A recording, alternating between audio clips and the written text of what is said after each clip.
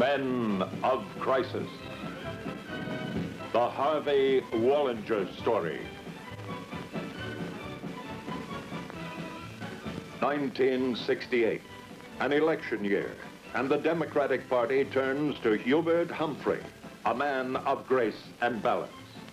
Although publicly he is identified with Lyndon Johnson's thinking, privately he makes no mistake about his feelings toward the president's war policies. The best minds of the Republican Party meet in Miami Beach. After much discussion, they choose a man of force and magnitude. But that man refuses the nomination, and they settle for... If anybody asked me whether, for example, I would use my presidential limousine to run over somebody when it lies down in front of him, as I said in the program tonight, I would not. There is also a third party candidate, Governor George Wallace, Alabama. I have never made a statement in my life that reflected upon anybody because of race, a color, a creed, a religion, or national origin, that has been distorted and slanted so much by so many. Election day comes and Richard Nixon finds himself a winner. It is a close election, and the new president pays homage to the many intellectuals who supported him. I think the very fact that through men like Art Linkletter and Bob Hope and others that I've gotten to know, that I will approach the problems of the presidency with a recognition that no matter how serious they are, that there are times that you have to see the light side. Promising changes in the Capitol, Nixon is asked if one of them will be to get rid of J. Edgar Hoover, the aging head of the Federal Bureau of Investigation, who had recently placed himself on the 10 most wanted list. Asked if he will now tell the country his secret plan to end the war, a plan he would not disclose before the election, he says,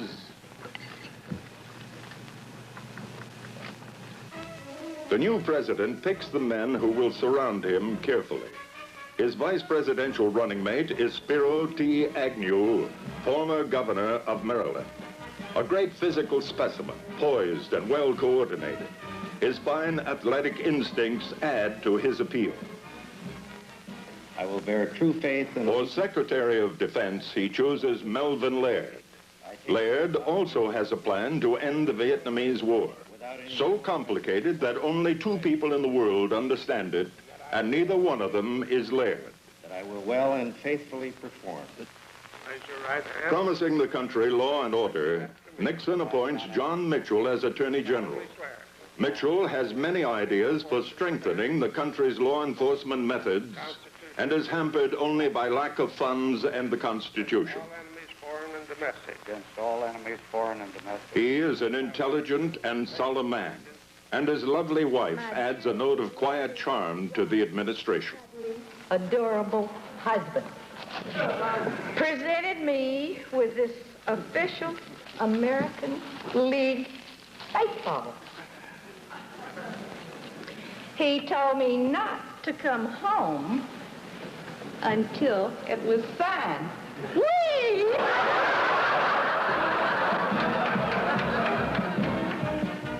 Adding a final touch, President Nixon calls to Washington his old friend and political advisor, Harvey Wallinger. That I will support and defend the Constitution of the United States. I don't understand the question. Can you rephrase the? Can you rephrase the question? Is it possible? Because I got distracted. You know, because my suit itches, so I was not paying it. Is possible? Could you ask it one more time? The question. I'll you know, just what ask. Say the question again, and I'll give you an answer directly. I'll uphold the Constitution. What is it? Just don't be ashamed. Say it one more time. Good. I have the job, right? I don't have anything to worry about. I've been very pleased that the members of the press, for example, who have had an opportunity to hear and to see him, have recognized the quality that I recognize in him. A man of intelligence, a man of great ability, a man who will bring a new approach that is vitally needed and to whom I can entrust those responsibilities. I want you to get an injunction against the Times. Yes, it's a New York Jewish communist left-wing homosexual newspaper, and that's just the sports section. Let me make one thing very clear. When I say we shall end the war and win the peace, I mean exactly that. That's why I rule out ending the war in a way that would lose the peace. What Mr. Nixon means is that it's important to win the war and also win the peace, or at the very least lose the war and lose the peace, or win at least part of the peace, or win 2 pieces perhaps, or lose a few pieces but win a piece of the war. The other alternative would be to win a piece of the war or lose a piece of Mr. Nixon. We decided to bomb Laos because a very strategic reason. We were not happy with the way it was spelled. One Federal Communications Commissioner considers the powers of the networks equal to that of local, state, and federal governments all combined. There is not a phase of government policy Dr. Wallinger is not abreast of, including the now famous Agnew media speech. Now, what do Americans know of the men who wield this power? Of the men who produce and direct the network news, the nation knows practically nothing. You know, Mr. Agnew has been extremely upset over television ever since they dropped Gilligan's Island. In addition to his dramatic public life, Harvey Wallinger leads an equally flamboyant private life. I dated him, but yeah, I dated him. He was one of my first major boyfriends. I mean, he was like the first person, you know, I ever slept with or anything. Yeah? Yeah. How'd you find him? It was a mistake. It was, I mean, you know, just, it was a bad first experience. Do you know what I mean? I mean, he was nice and all that, but it was just, you're supposed to have a good first experience, you know, to set you up right for the rest of your life, you know. This wasn't it. Sex. He was really sexy. Yes, very sexy. And like a real, I don't know how. I mean, you just feel it all over when he looks at you. And we used to double date a lot with the Nixons, Pat and Dick, and, you know, like, we'd go out, you know, to a supper club and dancing and stuff, and, you know, he would dance with Dick. I mean, that was nice, right? You know, because no one really wanted to dance with Dick then, and he would want to dance with Dick, and I mean, I just thought that was sweet. Oh, yes, oh, real freak, a real freak. The greatest freak. Pat Nixon occasionally calls me, you know, and says, you know, Dick's not home, come on over, he's on a European trip or something, and, but I try and discourage that kind of thing because, I just don't think it's right. And I really wanted to marry him, you know, I really liked him, he was really special to me, and, I was putting the pressure on him, I could tell, you know, he was feeling very pressured by the whole thing, and he used his influence in Washington and got me drafted, and, I spent 6 months in Korea. You know, I was decorated and everything, but that's what happened, you know. It wasn't exactly what I wanted, you know. There's a lot of talk around Washington that you have an extremely active social life. Well, that's greatly exaggerated, I think. I like attractive women. I like sex, you know, but it must be American sex. I don't like un-American sex. Oh, well, how would you distinguish American sex? If you're ashamed of it, it's American sex. You know, that's important. If you feel guilt and shame, you know, otherwise, I think sex without guilt is bad because it almost becomes pleasurable. Who is this all-powerful man? What are the origins of his enormous hold on the president? Nobody gets in to see the president without going through Harvey Wallinger. If you want something done, why, you got to be in good with Harvey. If Mrs. Nixon wants to kiss her husband, she must kiss Harvey first. He has a unique relationship to the president. Strange to say, as far as I know, I think he's the only person that can make the president laugh. It's incredible. But well, he tickles him. Tickles. And the president seems to, he'll come right up behind him and tickle him. The president laughs, and he's always seemed to like that. Born to parents of German Jewish extraction, Harvey Wallinger is named after Rabbi Harold Weinstock, who will later be wanted by the police for passing counterfeit matzah. His father, J. Herbert Wallinger, a grocer, dies in childbirth. His mother, the former Anna Cheswick, is a newspaper woman who has an affair with Mussolini until she discovers he is Italian. Harvey has 4 brothers who study aviation, but become coal miners because of a poor sense of direction. He enrolls at John Dillinger High School in Chicago, but his attendance is poor, and he shows up for class twice in 4 years. At Harvard, he makes the football team, but during the Harvard-Yale game, he's tackled hard and for 6 months can only speak Polish. Harvey Wallinger graduates and breaks a record as 96th in a class of 95. He joins the law firm of Fliegler, Fliegler, Fliegler, Fliegler, and Fliegler. We spoke with the Flieglers, who have only the highest regard for him. Yes, Harvey was a very promising young man. Excuse me, would you care for a cigarette? No, thank you. Do you mind if I smoke? Not at all. See, a law firm has to stick together. It's not that we can't tolerate diverse opinions, but we find it safer to stay on the more conservative side. Harvey fit in quite well. His idol at that time was Senator Joseph McCarthy. Would you state your name, please? Samuel Morris. And tell me, Mr. Morris, have you ever been a member of a communist organization? No, sir, I have not. And you've never, to the best of your knowledge, belonged to any group that was in any way planning the overthrow of the United States government? No, sir. I see. Do the initials BSOA mean anything to you? No, sir. No. Then you're not familiar with an organization called the Boy Scouts of America? Yes, sir. And were you ever a member of such a group? No, sir, I was not. You were not a member? No, sir, I was not. And did you attend meetings? From time to time, yes. I see. You attended meetings, but you were not a member? That's correct, sir. Well, how many meetings did you attend? I can't remember. Well, did you attend 10, 5, 100? I can't remember, sir. Well, why? Why can't you remember? I mean, have you got a faulty memory? No, sir. It was too long ago. I can't remember. It must have been in the 30s. In the 1930s? Yes, sir. I must have been about 8 years old at the time. Do you recall any other people that attended these Boy Scout meetings?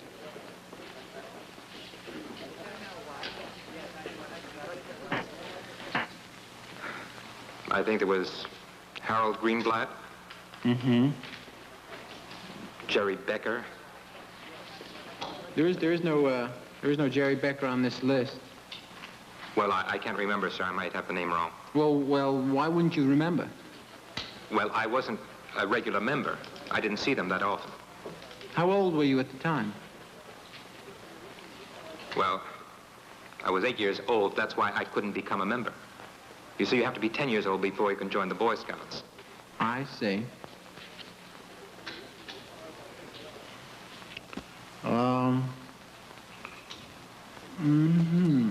To the best of your knowledge, did you ever save anyone from drowning? No, sir, I did not. Have you ever drowned yourself? No, sir, I have not. You've never drowned? No, sir. And at no time? No, sir, I did not. Well, I have information here that says you have drowned on several occasions. I can't remember ever drowning, sir. I see. You don't remember being submerged underwater for an inordinately long period of time? Not to my knowledge, sir, no. I see. Harvey Wallinger has impressed Richard Nixon and his friend Joe McCarthy. Nixon and Wallinger become inseparable. Their political beliefs coincide. They both love Richard Nixon.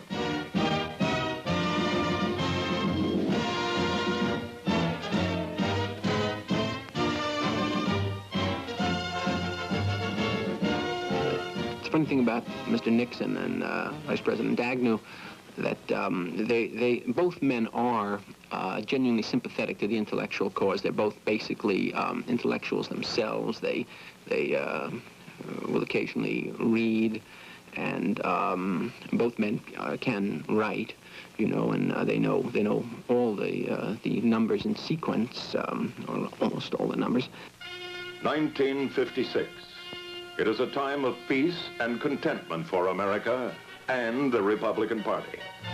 Harvey Wallinger surprises intimates by getting married. She is Renata Baldwin, who attends Vassar College, where she studies to be a blacksmith. They get married on Halloween while a close friend says a few warm words to the young couple at the affair. There was a time 25 years ago when corn blight came. We might not have had enough in storage to take up the slack, but beyond that, we might not have developed the capability to deal with the problem. But now we not only have the amount in storage to take up the gap, but we also, as I understand, due to the enormous facilities of research and the brains and the overtime and the genius that have gone into it, we are finding an answer to this problem. He was just romantic, but he would have a tough time because, as I say, he couldn't stop from crossing his legs, you know. He always had his legs crossed when he was trying to make love, and he couldn't seem to uncross them. So we'd have problems in that respect. 1960, and Eisenhower steps down. Richard Nixon runs for the presidency against John F. Kennedy. Confident the country will not vote for a Catholic, Nixon agrees to debate his young opponent. Yeah, right. Again, but very sensitive that I think way. Kennedy is a good-looking man, and he can't... Kennedy doesn't have a chance. He's a Catholic. Yeah, but what has that got to do with anything? Why, you can't get elected in this country when you're a Catholic. Everybody Say knows that. George Washington was Catholic. Yeah. Ask J. Edgar Hoover. They got all the facts. They said he was Protestant to get votes. He was a closet Catholic. This guy was, Gerd. Abraham Lincoln was a Jew. That's the truth. He went to Hebrew school. His name was Abe Trochman. He was a Jew. He's got the beard. Come on. The country does vote for a Catholic, and after one of the closest elections in history, Richard Nixon loses. I could not convince him to take a shave for those debates. I said, Dick, you're going to be on television. Take a shave. He said, well, a shave, that's $1.50 from a barber plus 50 cents for a tip. I said, I'll give you the money. Take a shave. And then he said, no, it would irritate his face. He had extra sensitive skin. See, I was against those debates with Kennedy to begin with, because in a debate, you have to deal with issues. And I kept him from making that same mistake in 1968. 1962. Nixon is defeated in the California gubernatorial race. He says a gracious farewell to politics. Just think how much you're going to be missing. You don't have Nixon to kick around anymore. With his dreams of political power frustrated, Harvey Wallinger also goes back to private practice. He also gets divorced. He had an affair with a Democrat. I mean, there's certain things I could take, but that one, no, sir. I mean, really, that's going too far, don't you think? I don't mind him having affairs with possibly other women of say, the Republican Party, but to really do that to me, and I actually caught him in the act, you know what I mean? There's nothing possibly worse than sleeping with a Democrat. They're lascivious people. They're dirty. And they don't clean themselves. Sex is a very capricious thing, you know. Sometimes I feel like making love to a Democrat, and sometimes I feel like making love to a Republican, you know, and generally I try and wait and see what the Russians do first. And... Yes, he pays me a phenomenal amount of alimony, although I'm also, I'm, you know, independently wealthy. Yes, I come from a very good family. They're not Jewish. 1968, and America is in turmoil. A fresh face is needed to unite the country. The Republicans turn to Richard Nixon. Once again, in the background is his friend and close associate, Harvey Wallinger. What do you think? I think that if we moved out the jowls here a little bit... Can you give him some warmth, some character? You know, it's like looking at a cement wall. Harvey. See, the problem is the jowls and the nose, there's a...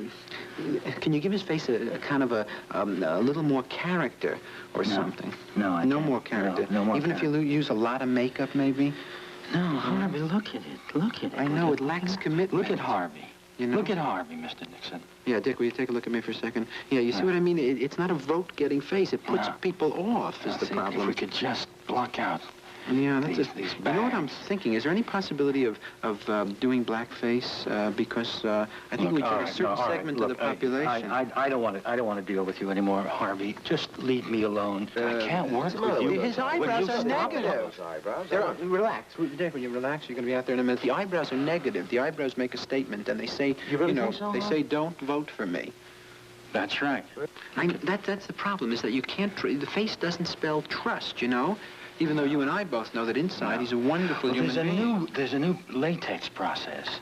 If we filled in through here and pulled the eyes down and covered the eyebrows a little bit. Maybe if we covered the entire face over with a flag, you know? What country?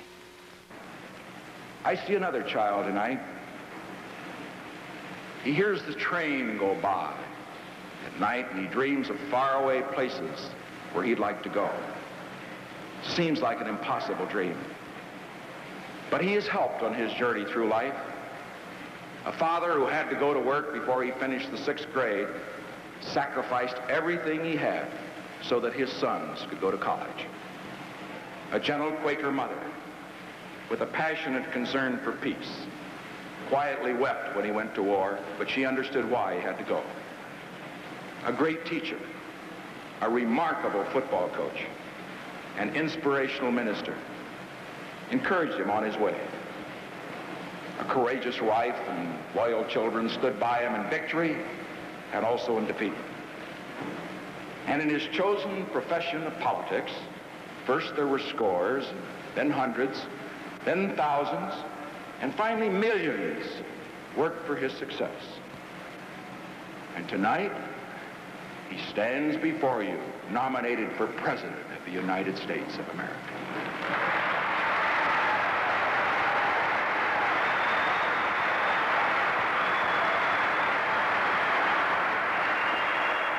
What is, Bryce, what is the proper name for that? On November 3rd, 1968, the dream of Harvey Wallinger comes true.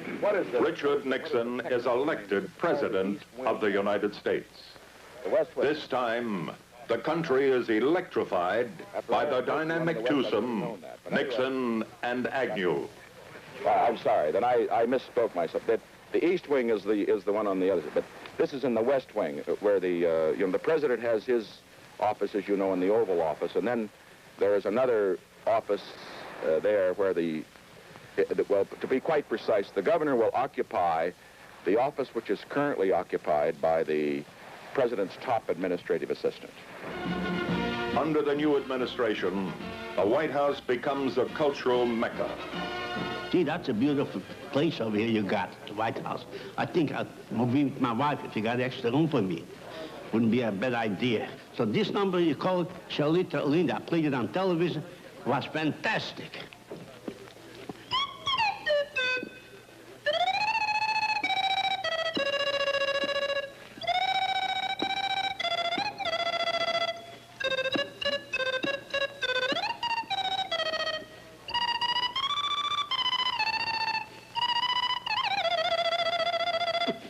Like that. Where'd you ever see that? The years of work have paid off. From obscure beginnings, Harvey Wallinger has become the second most powerful man in the nation. Sir, just a couple of questions, if you don't mind, sir. Sir, how come the Attorney General couldn't be here himself for this press conference? Attorney General Mitchell is busy. He's wiretapping Mr. Nixon's phone at the moment. What do you think of preventive detention? I think that it's a good thing. I think it's important to put the criminal in jail before he commits the crime. That's the feeling of the administration. In the days to come, the Nixon-Agnew-Wallinger Brain Trust will make America into a greater country than she has ever been in history. Next week on Men of Crisis, the plot to kidnap John Lindsay.